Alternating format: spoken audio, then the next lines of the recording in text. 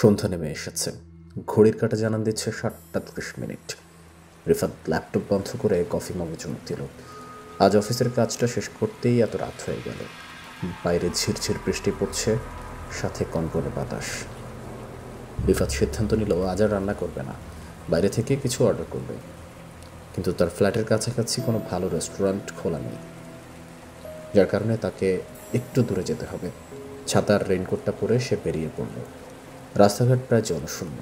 বৃষ্টির কারণে এমনিতেই লোকের চলাচল কম, তার উপর এত রাতে কেউই বাইরে নেই। রিফাত হাঁটতে হাঁটতে একটা পুরনো বাড়ির সামনে থমকে দাঁড়াল। বাড়িটা বেশ বড়, কিন্তু অনেক দিন ধরে পরিত্যক্ত অবস্থায় পড়ে আছে। চারপাশে আগাছার জঙ্গল, দেওয়ালের প্লাস্টার খসে পড়ছে, আর জানালার কাজগুলো ভাঙা। স্থানীয়রা বলে বাড়িটা নাকি অভিশপ্ত। রিফাত অবশ্য এসব ভূতটুতে বিশ্বাস করে না, কিন্তু আজ কেমন যেন একটা অস্বস্তি লাগছে। মনে হচ্ছে কেউ যেন তাকে দেখছে।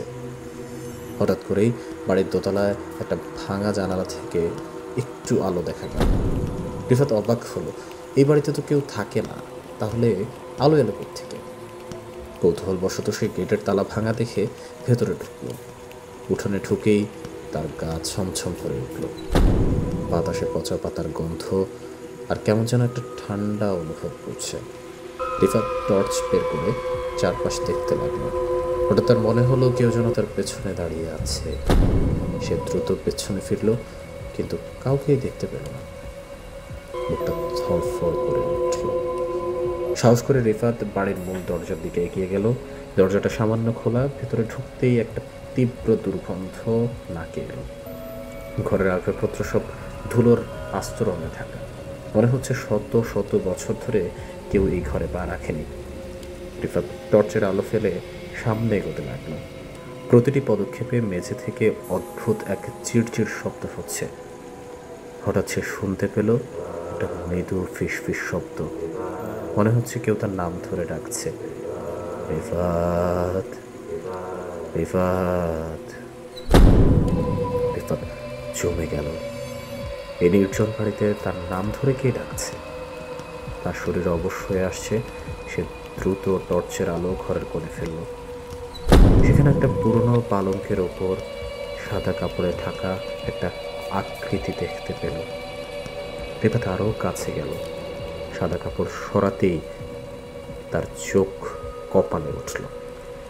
সেখানে একটা বীভৎস পচে যাওয়া মানুষের কঙ্কাল। চোখ দুটো গর্তের মতো ফাঁকা, আর দাঁতগুলো বীভৎসভাবে বেরিয়ে আছে। কঙ্কালের হাতে একটা পুরনো ডায়েরি। রিফাত আতঙ্কিত হয়ে পিছিয়ে গেল। তার শ্বাস নিতে কষ্ট হচ্ছে। সে যখন ঘর থেকে বেরিয়ে আসার জন্য পা বাড়ালো, তখনই শুনতে পেল সেই ফিসফিসানিটা আরো জোরে হচ্ছে,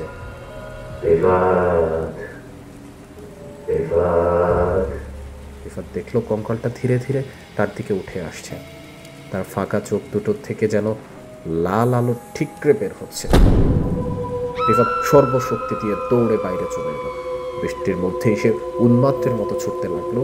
পেছনে সেই অশুভ আত্মার ভয়ঙ্কর হাসি শুনতে শুনতে।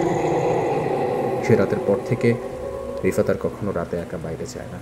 সেই অভিশপ্ত বাড়ির বীভৎস স্মৃতি তাকে আজও তাড়া করে ফেরে।